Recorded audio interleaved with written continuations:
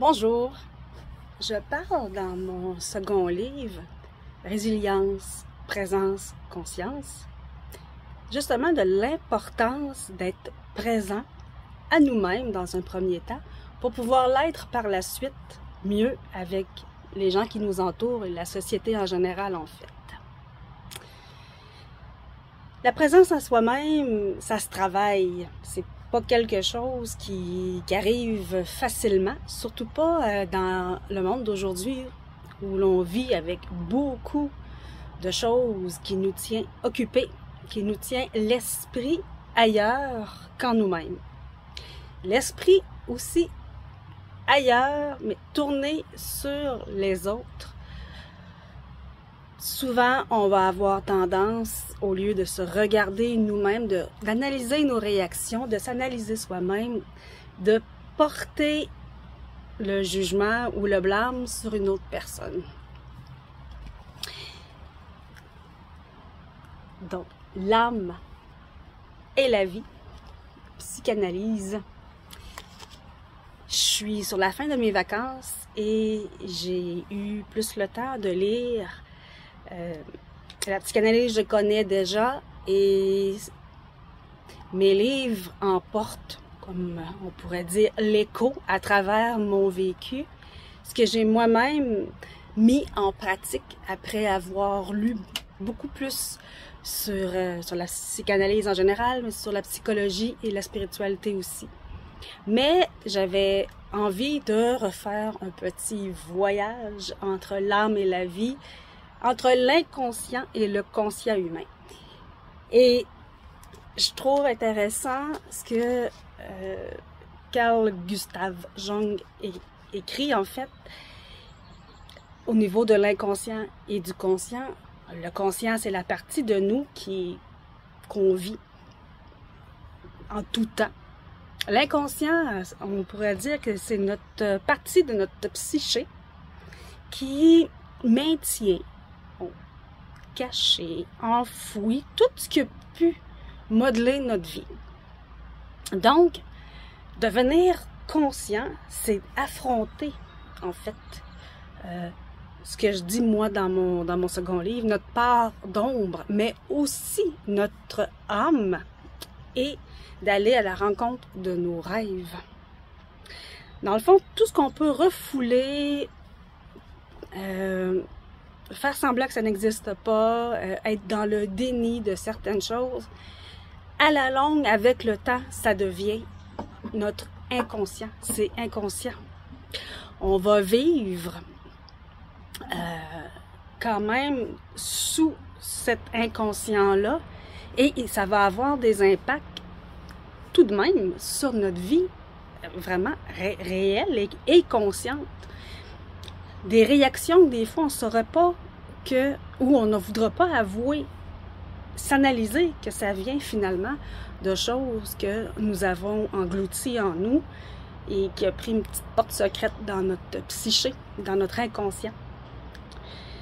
Puis qu'est-ce que Jung dit par rapport à l'inconscient et que j'ai trouvé très intéressant, qui démontre ce que moi j'explique dans mes livres, le fait de ne pas vouloir s'analyser et de se prendre en main, de voir notre vérité intérieure, analyser nos actes, nos paroles, puis les conséquences de ceux-ci, en le faisant porter sur d'autres personnes.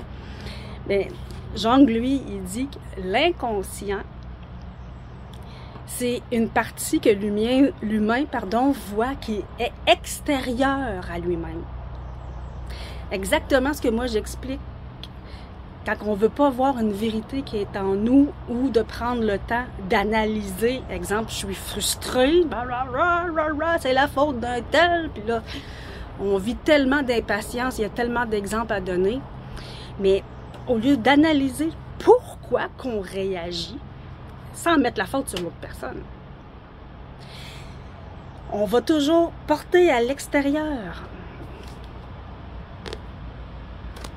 Ce qui est conscient, on ne veut pas l'admettre, on ne veut pas s'avouer différentes choses. Par exemple, justement dans cet exemple-ci de vivre une frustration. C'est trop facile de dire c'est la faute d'un tel, du garagiste, de ma soeur, de mon père, de mon boss, tout ça. Oui, il peut y avoir des choses qui ne vous conviennent pas. Puis plus que juste mentalement.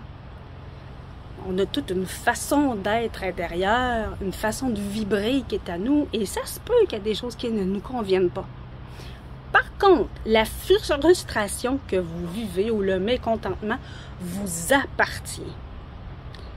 Ça n'appartient pas à l'autre personne, parce que nous avons toujours le moyen de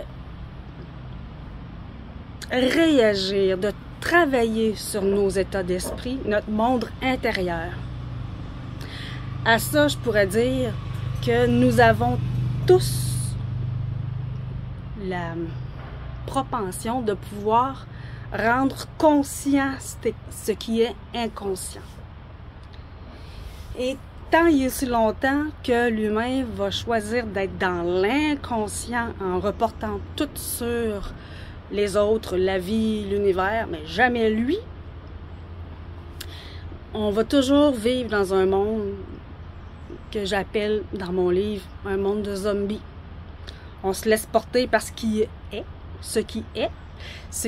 de l'extérieur.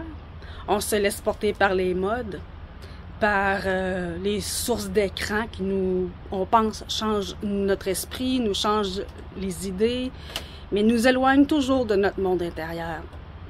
Donc, entre l'inconscient et sa présence, que l'on appelle le conscient, si on veut d'une part, bien que Jung démêle l'âme et le fait d'être conscient, donc ça rajoute encore plus de complexité. Mais présentement, où ce que je veux m'en tenir, c'est que il y a une importance, un travail à faire sur soi-même, pas dans un but de performance ou dans un but d'atteindre absolument quelque chose. C'est pas mental, un travail sur soi-même. Oui, il faut réfléchir, mais ça demande beaucoup, beaucoup de vibrations intérieures, d'amour propre pour soi. Parce qu'on va faire face à nos petits démons intérieurs, nos blessures, et justement à notre inconscient. Ces choses qu'on ne veut pas admettre, qu'on ne veut pas voir, qu'on ne veut pas analyser, soit parce que on sait que ça va faire encore plus mal de les déterrer, mais c'est le seul chemin et la seule solution possible pour une liberté intérieure, pour porter l'amour en soi, et la légèreté et la vie. Par la suite, là, il sera possible de la partager avec les autres. Encore là, la liberté, l'amour, la légèreté ne s'apportent pas par les autres. C'est vraiment en la développant soi-même que nous devenons unis à nous-mêmes. Et par la suite, qu'on peut avoir une réelle connexion, on peut dire, avec le monde qui nous entoure, le monde. Autant ce qui est vivant que pas vivant, que les humains aussi. Donc, pensez-y bien, entre conscient et inconscient, entre la partie de vous, les choses que vous ne voulez pas regarder et analyser, versus votre présence à votre vie, ça demande de faire un ménage pour pouvoir vivre notre vie pleinement.